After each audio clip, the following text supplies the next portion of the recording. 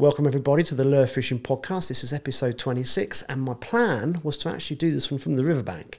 However, the weather gods had other ideas. It has been absolutely hooning down here for what seems like 3 or 4 weeks. All right, it's raining.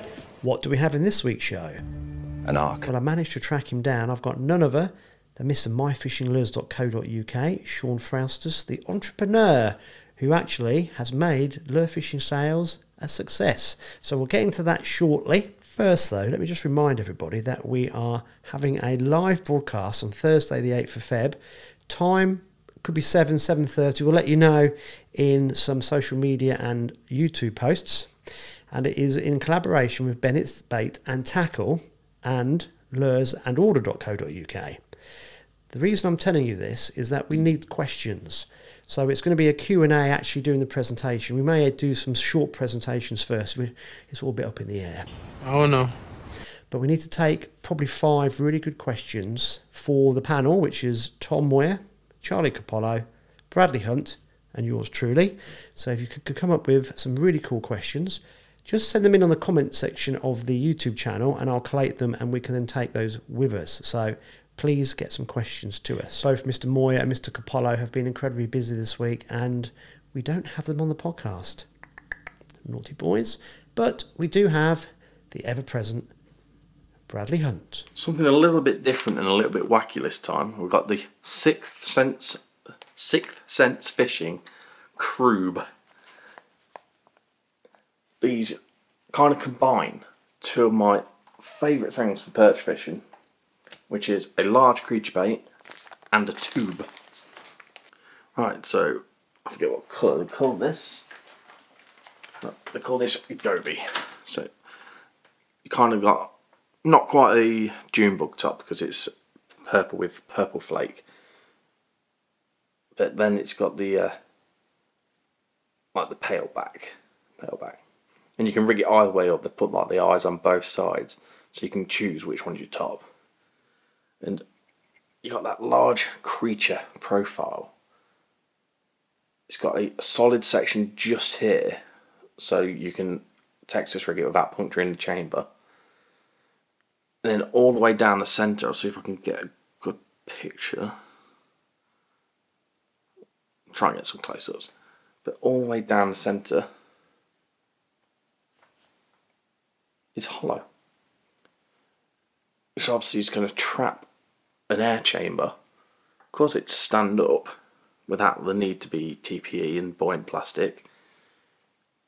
It also means it's going to be a little bit lighter as well than if you had such a large creature that was completely solid. And then tentacles just move and wave about. You could put like a bit of, if you're so inclined, you put a bit of scent inside that chamber if you wanted to, and then while it's on the deck it'd coming out and disperse. But I think that is just absolutely wicked. It's likely to do some big perch. I've had a few high 30s on it so far, nothing massive, just senior wasps and such. But yeah, go check these out. And I think I had to order them from America. There is actually nobody in the UK at the minute that actually stocks them. But I just think they're killer. Let us know what you think in the comments below and check them out. Right guys, I've managed to get him on all the way up from near Iceland. The infamous Sean Fraustus. Now, I first met Sean probably on the trout resis. I saw this guy, this big lunking great guy carrying this Garmin bow mount that weighs 40 kilos. And he was struggling and he had a mate with him. And I'm thinking, oh, they put this thing on the front of the boat and this boat went woof. And I'm thinking, it's a good job they're big guys because they can counterbalance this. But, Sean, thank you. Every wave. And to the point that our life jackets went off at one time. No way. Yeah. It was so windy in Grafton one day, and the bracket became a little bit loose. So my brother ended up having to kind of hold on to the bow mount until I got back to the boathouse. And just hang on to it. Yeah, we ate every wave, and yeah, it was like all of a sudden I just went. I was like, and then my brother, who was in the waves pretty much, then he went off after me. I was like, I've obviously got the better life jacket here. He'd have been floating about there for about 5 minutes before it went off. Oh dear. I remember a few years ago, so my ex-partner, we were out on Grapham and her life jacket went off, right? And what did she do? She tried to, I asked her to, I had the bow mount on, asked her to deploy it. She pulled the wrong thing and pulled the ripcord. It went off. And it was really tight. And she's really uncomfortable with the thing on. I thought, shit, I better get back to the jetty so we can just take it off and get another one on. And about 3/4 way back, I thought, oh, I could have released some of the air. I was in trouble.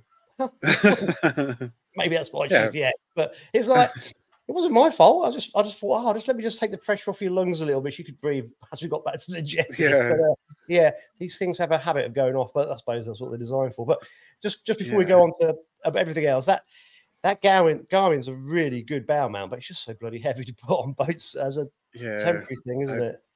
I've actually I've swapped now.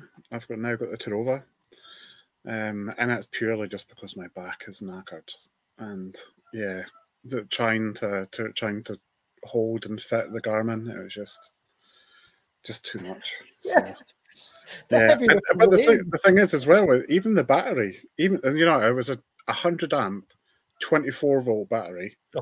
And it's lithium, so it's much lighter than a lead acid would be. And it was still like the battery itself was about 35 kilograms.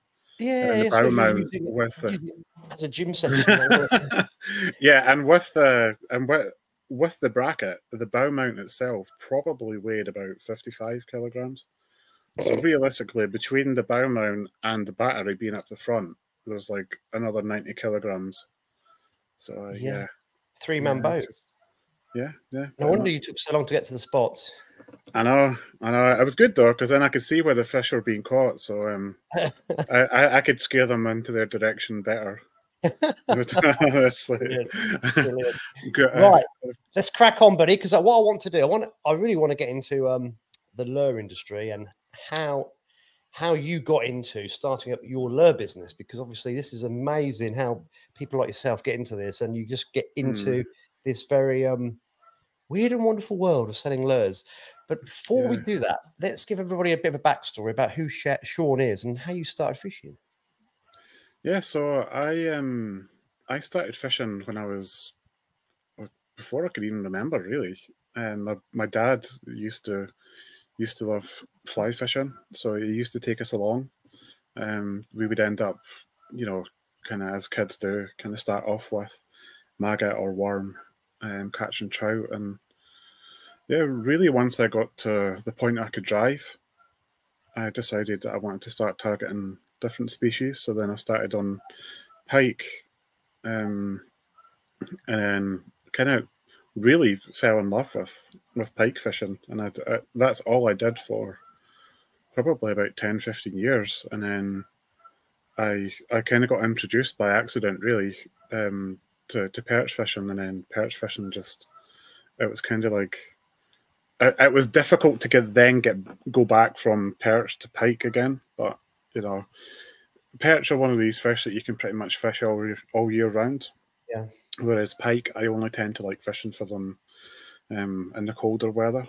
So it's good. It's kind of, unfortunately, we don't have any zander up here. So no, we don't have any back left here either. This is the problem. This is the weird thing. In the fens, everyone thinks it's the zander hotspot. It's not. It's dead. No. Yeah, all the infamous zander anglers, if I mention their names, most people watching this will never have heard of them, which is, again, a very weird thing. I was, excuse me, talking to some younger lure anglers this week who are like 23, 24, 25-year-olds, and mentioning names of famous anglers. No idea. No, but they haven't been subject. All they know is these influencers. It's really weird. Anyway, so the local zander anglers, the bait anglers who were using live baits back in the late 80s, 90s, early 2000s, they don't fish anymore because there are no zander. I was going to ask you a question about the perch fishing in Scotland. Is it really good, or is it patchy, or is it very? It's poor, very, very poor. Yeah. Is that because of the acidic water as you go further north, or? I don't know what the problem is, but we honestly, we have. I mean, I think the Scottish record is a good pound under the English, or Yeah. yeah, the English record. I think our record's about 5'3", and you know, there are people that are probably fishing Grafham right now that are catching bigger than that from one body of water. And yeah, I don't know what it is, but the problem with Scotland, right, is we have a bit of an issue with, although we have lots of water, there's kind of two different bodies of water really that we have up here. One is we have lowland and relatively shallow fishable lochs, and then the other problem that we have is we have extremely deep lochs. Right, yeah.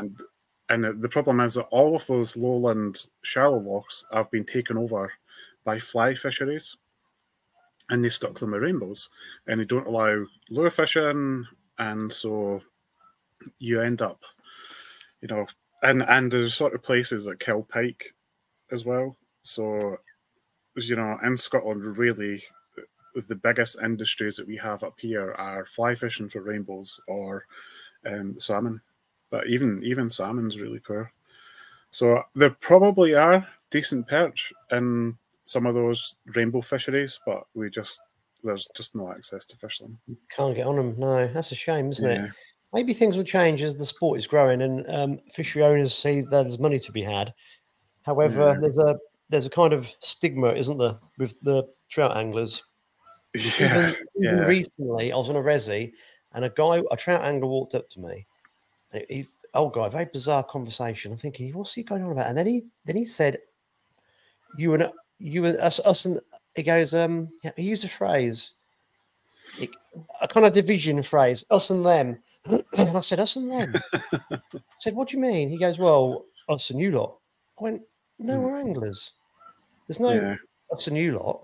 I said, I've been fishing these waters on the fly since the 90s. So the fact that I'm lure fishing, you just can't say I'm one of them. Yeah. And I tried to explain to him that that's not a good attitude to have, and it's very divisive. Yeah. And he didn't apologise. But it causes it does, yeah. And the thing I find quite funny is that there's this almost like superior attitude that trout anglers have. But okay, I'm going to throw a little bit of shade here, but trout to me are freshwater mackerel. They are by far the easiest freshwater fish to catch. You know, I could go out on a trout reservoir fishing for pike and struggle to catch pike. And I know for a fact that if I pick up certain lures in the box, I will catch trout almost every cast.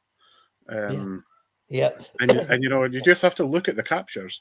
You know, you look at a good rainbow fishery, and it's like at the average. I'm sure when I was down at Grafham or Rutland a couple of weeks ago, there was a board up, and it showed how many fish had been caught in the last month, and it was something like averaging like 11 fish per angler on the boats. And I'm like, you know, you're right. It is a strange one because rainbow trout they're not even indigenous species, and they're stocked primarily to be caught for the table, aren't they?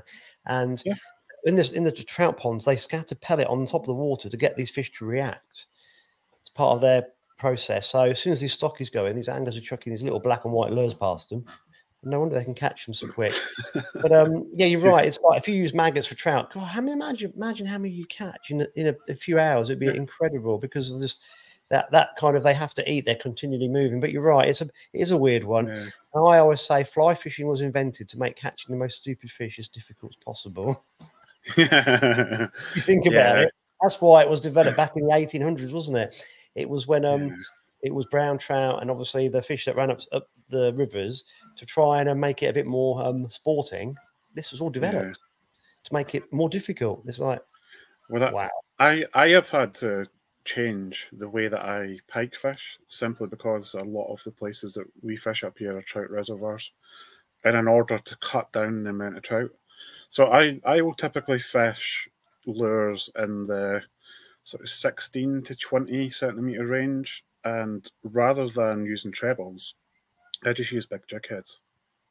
No stinger, just you know, on like a 16-inch, 16 centimeter lure. I'm probably using like a 7.0 or an 8.0.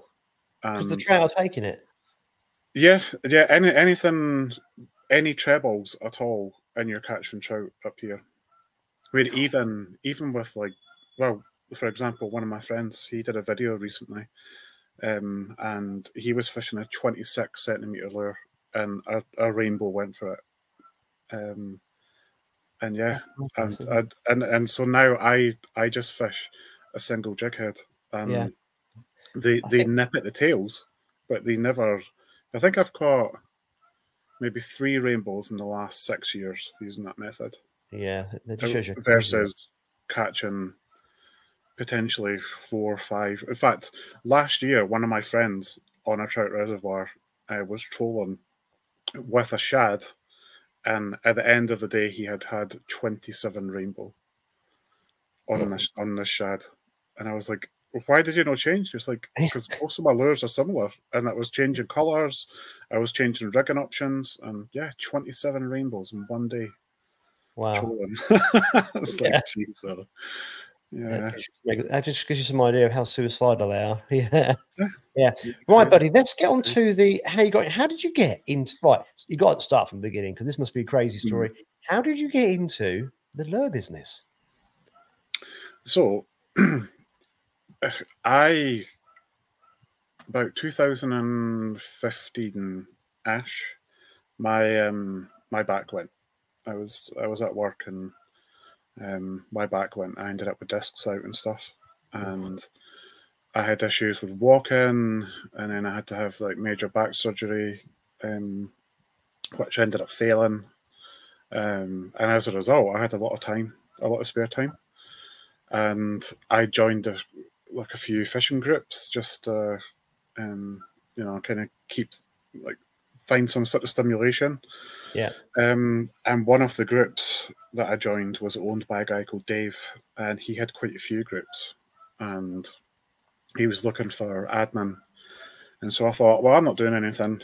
I'm sat here like unable to walk and do much. So I was like, look, I'll do it. And he had, at that time, I think about 25 groups. So I ended up running all of those. And really, I started to, because I had so much time and because I was so bored, I started to kind of find almost work for myself, and that I started noticing patterns in the market.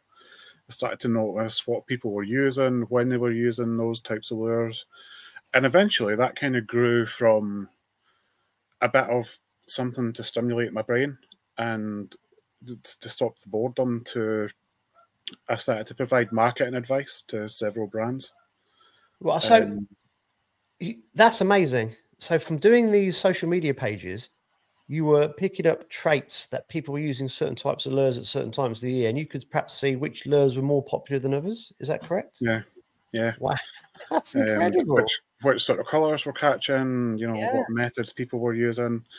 And so, yeah, like I say, that kind of led on to doing marketing for several brands, and not in an official capacity. It was more, I would give them tips and advice, and then they would kind of send me like free rods and free lures and stuff. And then, so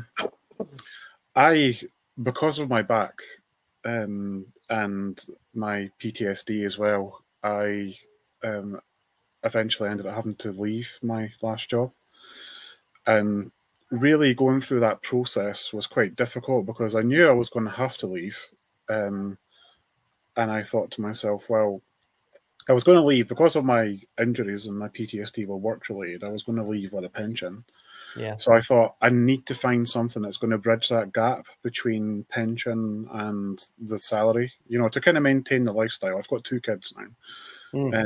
At the time I had 1.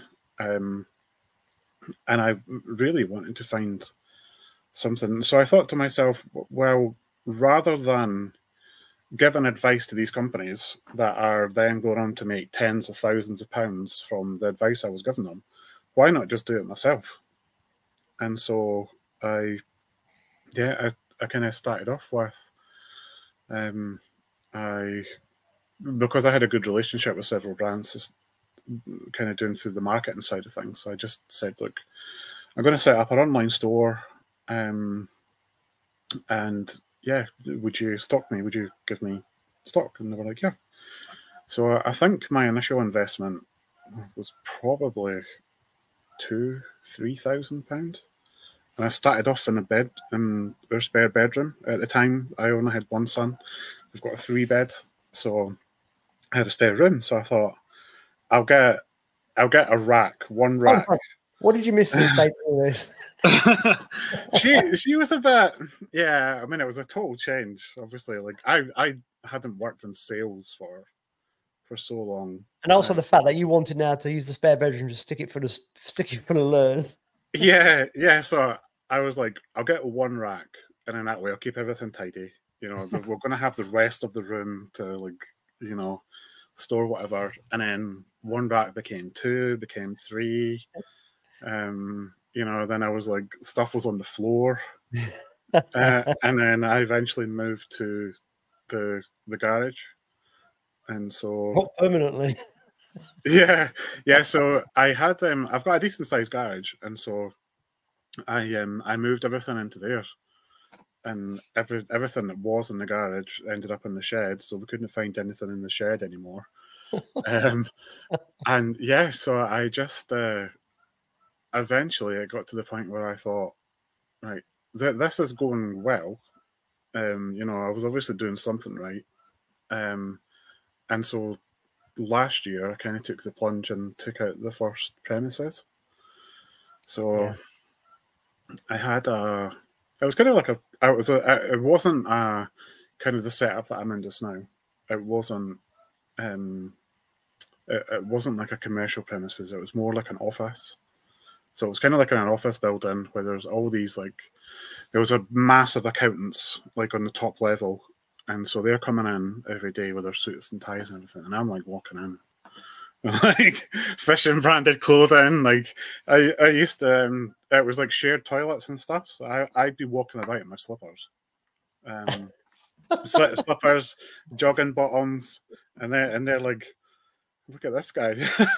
So Sean, I need to stop you, because obviously there's a lot of things you're saying, right, that strike home to me with all the issues, like, because obviously I left teaching because I saved this kid's life. It does things, life throws you a curveball, but then you have to readjust and reset. And there's a when you do something that you've, so I'm not being, I had a housing business as well when I was teaching, and I found that very good for you. Ego is probably the wrong word, but it gives you a lot of confidence that you know you can do things within business. So, and there's nothing better than that feeling that you've actually worked really hard and over a period of time, and you've made something grow. So when you went into that office initially, you must have had an immense feeling of pride. Yeah. Oh yeah, definitely. Yeah. So, I mean, to be honest, it probably wasn't much larger than the garage that I was using at the time, but it doesn't matter the size of it. The fact that you could, you needed to go to that next step and actually then put money into actually hiring a space, and you're going into, now you're traveling to work every day rather than going to the garage. That thing's very important, isn't it? Yeah, at that point it was good because I separated work life and family life. Yeah. I mean, at home we had a dining table. It was a 6-seater dining table, and I had over half the dining table was, you know, I've got, you know, like loads of packing materials. Like I'm surrounded by packing materials. Yeah, I bet. Like tape and, you know, different types of tape, printers and things like that. So my whole workspace was essentially 3/4 of the dining room table. And so when I moved out, it was such a sense of, well, this is it. You know, I mean, by that point I was already VAT registered, but you know, getting my first premises, it kind of felt like, right, this is official now. Like this is actually, you know, this is now something. It's not just a hobby.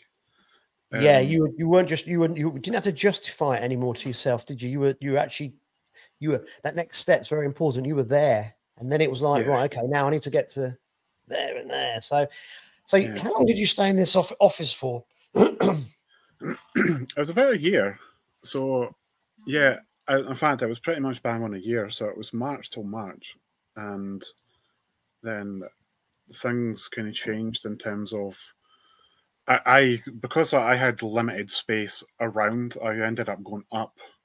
And I was walking in to this room, and essentially around the whole of the outside was stacked to the ceiling. And then in the middle, I had columns with like walkways between them and a desk at the front. And my mum said to me, she was like, one day you're not going to come home, and we're going to come back and find you under all these boxes. And I was like, you know what, you're right. So and then there was an opportunity had come up for the wholesale side. So yeah, I was running out of space anyway, but that was kind of the kick up the bum to really, move. And so I moved into where I am just now, and yeah, so I've got my own kitchen. I've got male and female toilets. I've got Posh. I know 1, 2, 3, 4 storage rooms, 4 rooms. So yeah, it seems to be. This, I feel quite proud of where I've gone, but I feel like, in a weird way, I kind of feel like the PTSD helps a bit. Like, it gives me such an immense drive.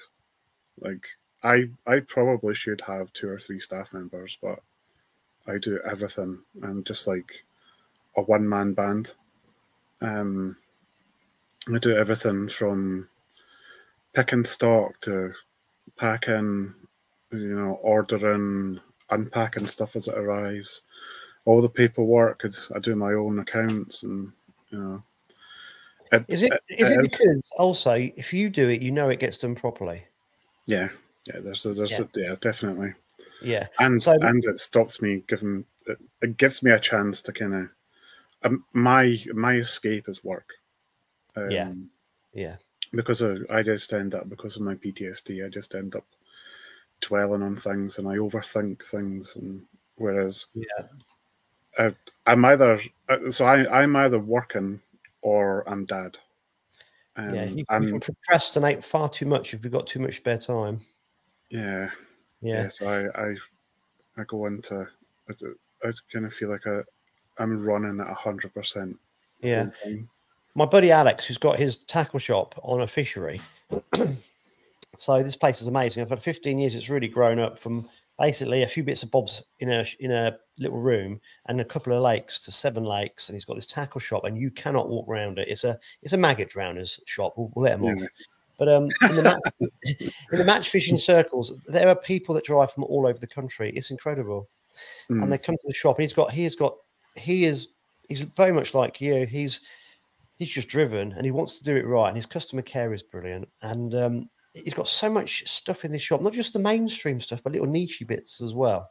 And he's very reticent to take on stuff, and he needs stuff, but he always says, "Who can I trust?" He goes, "If I do it myself, I know it gets done properly." But I go, "Mate, you get there at 5 o'clock in the morning. In the summer, they're there at 4 or 5 o'clock in the morning. They don't leave till 7 o'clock in the evening. It's like crazy." And his dad helps him, so obviously he trusts his dad implicitly.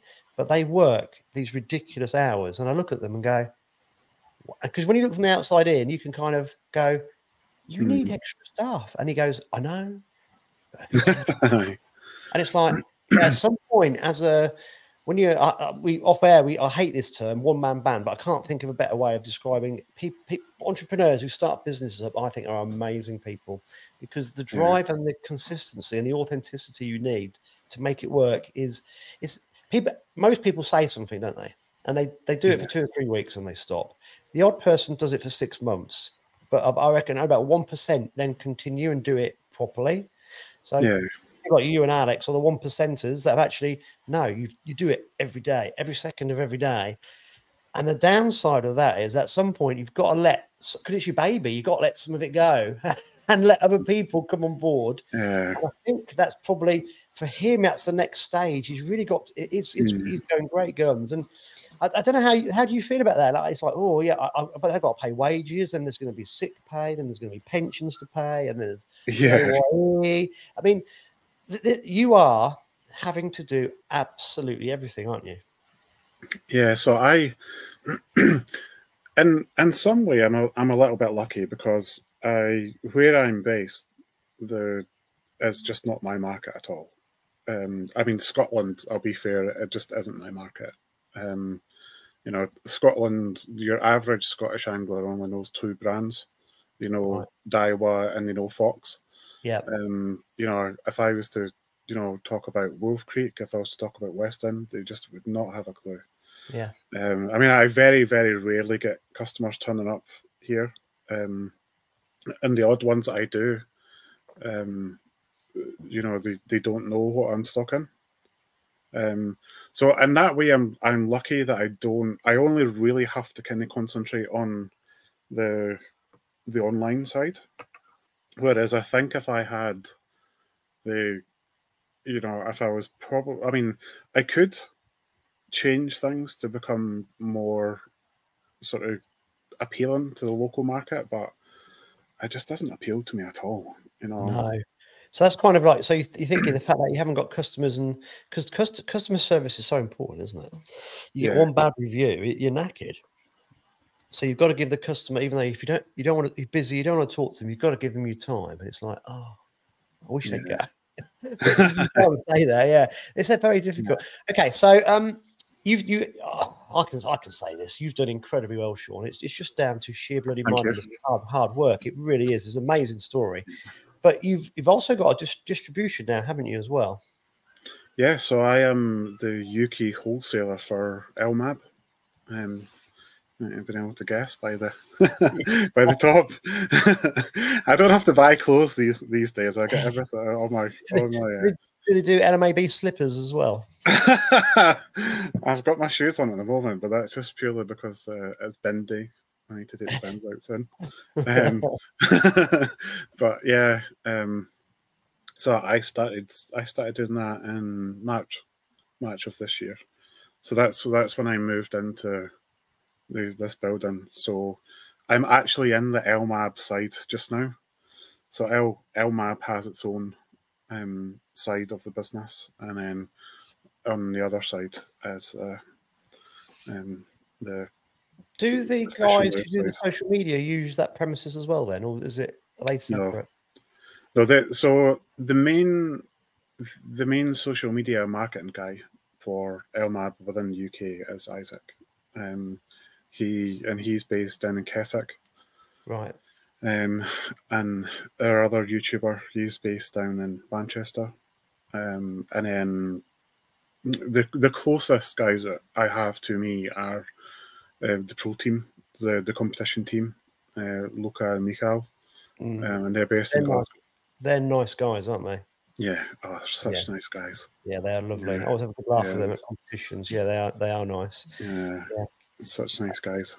So how are you finding it? Because that's a different strand now, isn't it? This is more. This must be like you want to give it time, but you can't give it too much time because it's not your money maker, is it? You've got to sell. You've got to get stuff out. So is that just another couple of plates to spin, or how are you managing to do that? Yeah. So I mean, the brand itself is becoming more established across the UK. So I mean, at the moment, it's not in as many stores as I'd like. So it is, the orders that come in are manageable. And because pretty much all of the orders that come in are courier jobs, you know, I just make a note to do those first as soon as I come in. Yeah. So I get those done, and then I can just kind of crack on with doing the rest of the stuff. Now, I know also that you're really good mates with Chris Bartle. Yes. How did that come about? So again, that came out because of the groups. Actually, that came about because So Chris's channel at the time was doing really well. You know, he's such a nice guy. Isn't And he? yeah, yes, he's such a gem. And yeah, so I started saying to brands, and I was like, you know, if you want to get your lures known within the UK, why don't you use this YouTuber? And the reason why I started to get talking to him was because the groups that I ran, in order to kind of cut down on all the spam and stuff, we had this thing where if you wanted to share videos, you had to kind of contact us, and we had to make sure that it wasn't, you know, crap basically and irrelevant, which a lot of them are. So I started speaking to Chris, and then I was like, yeah, it's fine. Like, put your video up, sort of thing. So I started saying to these brands, I was like, look, why don't you send some stuff to Chris? And then, yeah, and now he's made a job out of it now. Yeah. You know, he does usually 2 or 3 sponsored videos a month, as well as maybe 2 or 3 of his own videos. So yeah, he's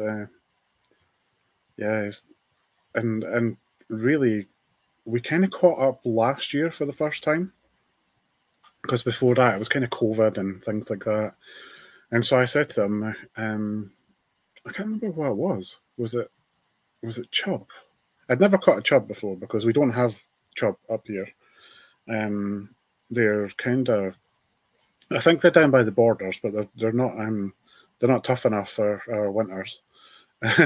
So they can tolerate cold water. I know. So I said to him, he was like, "Look, you come down, and I'll get you in them, no problem at all."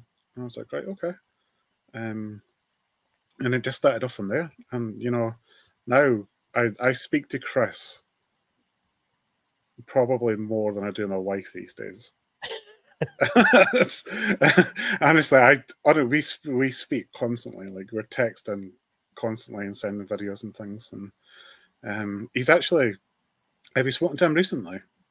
Not since the podcast came out where we were looking at YPC, because obviously I asked his permission to use. I did a different thumbnail. I actually nicked a photograph off his Facebook page and just said, "Look, can I use this?" Okay. Went, yeah, you know what it's like. I went, yeah, go for it.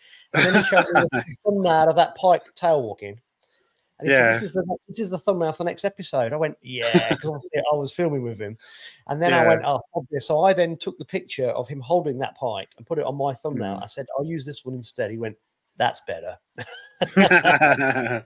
But yeah, sorry, go on. He's got a broken arm at the moment, so there's not going to be much new content for the. How did you do that? He fell off his bike.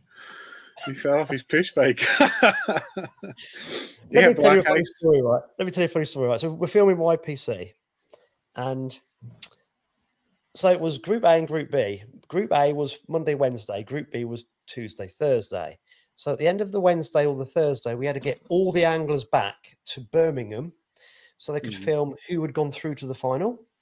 So you with me? So I was knackered, mate. By the Thursday, Dan DB was driving me everywhere because I was like, so tired.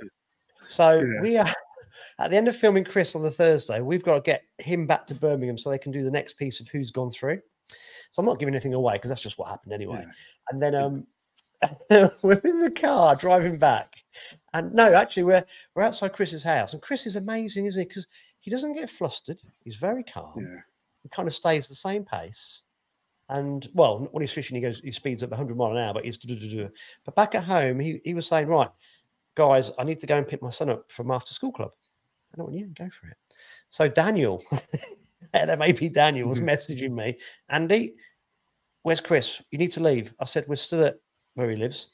And they went, no, we need you back here for 7. I said, "No chance." I said, "We haven't left yet." What? You know, he's like, "What?" I said, "Chris has gone to get his son from after school club. He can't." I said, "Well, he can, and he has." Yeah. So then, but that, to me, Chris just said, "Look, my family comes first. Yeah. I need to help my wife out, my partner out, and I need to go and get my son because I want to spend some time with him. I'm not seeing him today. because he spends an awful lot of time with children as well, doesn't he? And he's very traditional and family orientated, and he's got all his eggs lined up in the basket, hasn't he? He knows exactly what he's doing. And I just looked at him.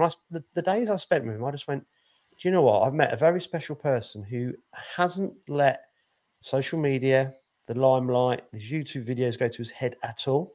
He's just a normal guy who goes fishing. And I think the reason why he's so successful is I think the viewers can see that he's a very genuine and a very nice person. Yeah, and he's so relatable. He's just like, you know, he's doing stuff that people can do themselves, which I think is just, you know, there's a lot of guys that are out fishing on these massive boats with loads of tech and stuff. And let's be honest, most anglers, like 99% of anglers, that's never going to be them. You know, they're never going to, you know, even like what you're talking for, like a bow mount setup's like $2,000 and all the rest of it. You know, for your average angler, they're probably spending £100 on a setup, which is, you know, I'm not dissing people, but that is realistically the market. And I think because he's just so down to earth. He does sometimes get himself in trouble with his humor, especially on Facebook, but that's just simply because people don't know his humor. He has got such a dry sense of humor, and I can tell you so many things. But I'll tell you when I stop recording. I'll tell you, but I can't do it now. But I do remember. I will tell you this on so everyone can hear. This is what. So on the Thursday, it was so bloody hot, right? And we stopped because we were knackered, and it was no point fishing in those temperatures. It's not fair on the fish. And by 2:30, it finishes at 4 this comp. By 2:30, Chris turned around to me and said, "Oh, I don't know about you, but I've had enough of this." And I thought to myself, "Thank God." And I said to him, "Oh, is there a pub close by?" He went, "Yeah, it's Weatherspoons." So we just packed up and went to Blue Weatherspoons. Wickets. So, did he have his blue wickets? Say that again. Did he have his blue wickets? Yeah. That's what I was about to say. So we got there. I said, "Mate, I'll get you a beer. What do you want?" He goes, "I'll have blue WKD." I went, "What?"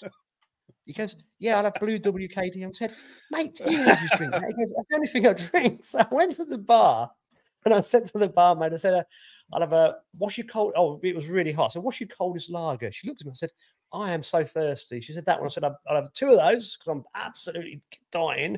And I said, "I'll have 2 WKDs." And because it was spoons, she went, it's cheaper if you get 3. And I went, "All right, we'll have 3 WKDs." I've got a brilliant picture. I'll probably stick it up here of me and him and DB sitting in the pub garden. Like he's got his WKD. I got my pint. And I just thought, yeah, who drinks blue WKD? It's unbelievable. we were in not last weekend, but the weekend before. I went down to see him, and we met up in Spoons, and he was like, "Look, I've got the app. I'll get the first round." And I was like, "Great, no worries." So he was like, "What do you want to drink?" And I was like, maybe like a Jack and Diet Coke. And I was like, "In fact, make it a double," because I'd driven down that day. And I had a hotel nearby, so I was like, "Look, just make it a double." And then like a couple of minutes later, I was just like, Trey turns up for like this like sophisticated looking Jack and Diet Coke, and then 3 WKDs, and I was like, "Who are those for?" And he was like, "Me." It's like, WKDs, really? So doing the deal where 3 is cheaper than 2. I couldn't believe it. It's brilliant. It is brilliant. Do you know what, Sean? This is what I love about fishing. It's the tool for men in particular, because we are shit at talking. It's the way we can have a laugh and a bit of banter about the most daft things, but it's just funny, isn't it?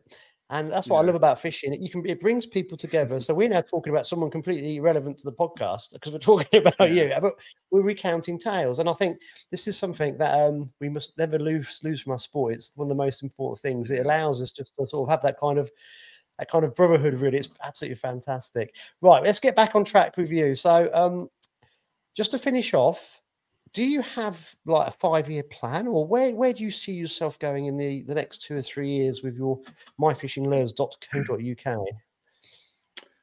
I realistically, I think the next step would be to have a large walk-in store, but I know I can't have that here. Right. Like I say, the local market just would not support it. You know, the amount of people that come here and they're looking for flies, or they're coming here looking for maggots and worms, and you know, I'm like, it's called fishing lures. It's not, you know, Yeah. yeah. And so realistically, I think the next step is going to have to be that I move down south, but I'm reluctant to do that because I love where we are. So where I am is quite rural. You know, it's I mean, I'm obviously in the centre of my town at the moment, but you know, we've got a national park. The Lomond Hills National Park is just a couple of minutes drive from here, and then I can take my dogs out. So yeah, and the cost of living as well. You know, for what I can get up here. Yeah. You know, if I was to sell, so I have a 3-bedroom house, and in the back garden I've got a garage, my boat, a summer house. We've got like a huge area for the kids to play on, like large grass area. We've got like woods and stuff at the back. And we had a look at moving because there was a job opportunity came up for my wife.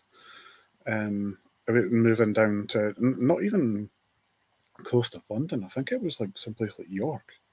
And, you know, we would get a flat for the same money. So I just, Wow. yeah, as much as, so I think it's kind of stifled in that respect. But then again, the most logical step would be to have somebody run it. You know, I fund it. Buy shelf space from another. Do you know what I mean? You could. I don't know. Yeah, it's not big enough for you. Is it? I don't know. Anyway, that's a discussion for another day, mate. So what we have been talking for about 45 minutes, and we could talk for hours. What I'm going to do, I'm going to bring this to a close because obviously, if we keep rambling on, I'm sure people will start getting a bit bored. But Sean, it's amazing listening to your story and how you've worked incredibly hard, and it's just a success story. And it's down to your credit of how hard and how nice you are as a person, because that goes hand in hand. I strongly believe, and you've done an amazing thing so far, and it sounds like there's a long way still to go. Yeah.